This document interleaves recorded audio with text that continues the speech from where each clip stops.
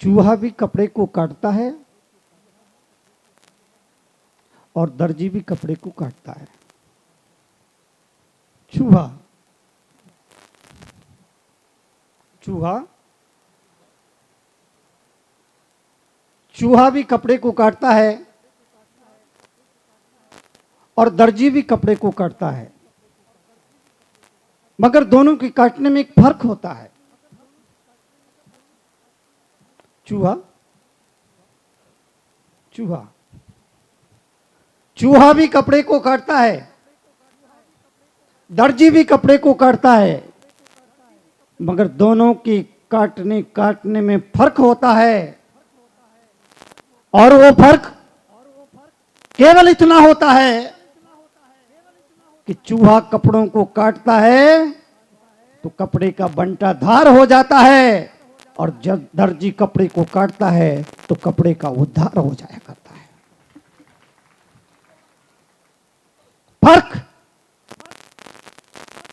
फर्क को समझना।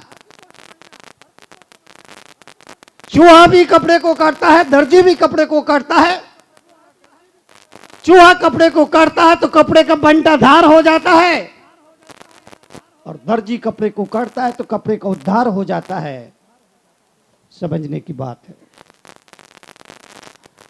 जीवन को ज्ञानी भी जीता है, जीवन को अज्ञानी भी जीता है।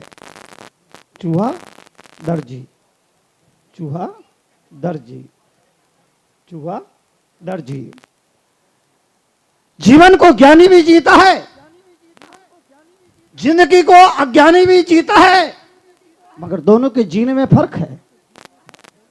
मगर दोनों के जीने में फर्क है, और फर्क सिर्फ यह है,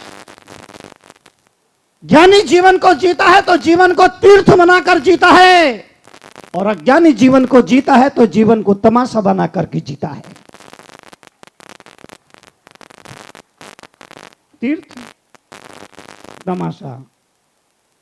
चूहा दर्जी, चूहा दर्जी, तीर्थ तमाशा। फर्क को समझना। ज्ञानी भी जिंदगी को जीता है, अज्ञानी भी जिंदगी को जीता है। दोनों के जीने में फर्क होता है, दोनों के जीने में फर्क होता है। एक जीवन को तीर्थ बना करके जीता है, दूसरा जीवन को तमाशा बना करके जीता है। एक आदमी जिसमें तमाम बुराइयां हैं, शराब वो पीता है, मीट मटन वो खाता है, जुआ वो खेलता है, चोरी वो करता है, झूठ वो बोलता है, हत्या वो करता है, विश्वगमन वो करता है। तमाम नशे उसकी जिंदगी में हैं। उससे पूछो, भाई तू क्यों करता है? नशा क्यों करता है? भांग खाता है, गांजा पीता है, तंबाकू खाता है। मुल्ला नसरुद्दीन के बारे में मुझे मालूम है,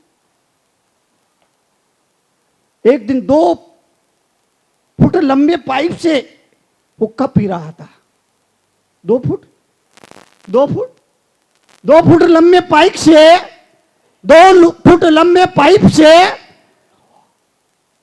हुक्का पी रहा था। किसी ने मुझसे कहा, तू इतने लंबे पाइप से हुक्का क्यों पी रहा है? उसने कहा, जी मुझे डॉक्टर ने तंबाकू से दूर रहने को कहा है। अब बताइए,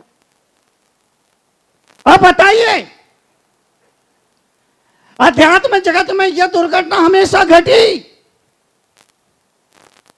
कहने वाले संतों ने कुछ कहा, सुनने वालों लोगों ने उसका मतलब कुछ निकाला। बताने वाले ऋषियों मुनियों ने कुछ बताया, समझने वालों ने उसका मतलब कुछ समझा। अध्यात्म जगत में यह दुर्घटना घटी। डॉक्टर ने मुझे तंबाकू से दूर रहने को कहा है। तमाम बुराइयां आदमी में, तमाम दुर्गुण उस आदमी में हैं। उससे पूछा,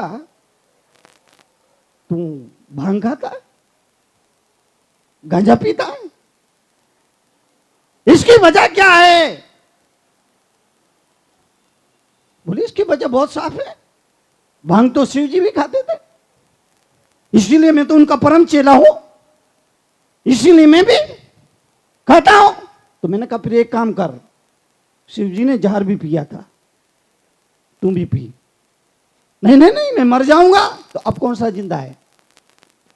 नशा करने के बाद, जीवन में याद रखना, नशा करने के बाद आदमी की दशा ही नहीं बिगड़ती है, आदमी की दिशा भी बिगड़ जाया करती है। कुछ लोग जीवन को तीर्थ बनाकर जीते हैं, कुछ लोग जीवन को तमाशा बनाकर जीते हैं। जो तीर्थ बनाकर जीते हैं वो आगे चल करके तीर्थंकर हो जाते हैं, और जो तमाशा बनाकर जीते हैं वो आगे चल के कंकर हो जाया करते हैं। इसलिए आपसे गुजारिश करूंगा, जीवन के लिए, जीवन के परिवर्तन, जीवन की समृद्धि के लिए आपसे गुजारिश करूंगा, जीवन के लिए आपसे गुजारिश करूंगा। और गुजारिश सिर्फ इतनी, ऊंचा उठना है तो मन से ऊंचा उठिए, ऊंचा उठना है तो मन से ऊंचा उठिए, ऊंचा उठना है तो विचारों से ऊंचा उठिए। इस मुल्क में कहा सर्वे भवन्तु सुखिनः, हमने अपने लिए कुछ नहीं मांगा, हमने अपने लिए कुछ नहीं मांगा। और जब आदमी कहता है कि दुनिया के सभी प्राणी सुखी रहें, तो दुनिया में तो बोलने वाला भी आ जाता है ना, दुनिया में बोलने वाला भी आ जाता है। इसलिए बहुत कुछ नहीं हो सकता, बहुत कुछ नहीं हो सकता है।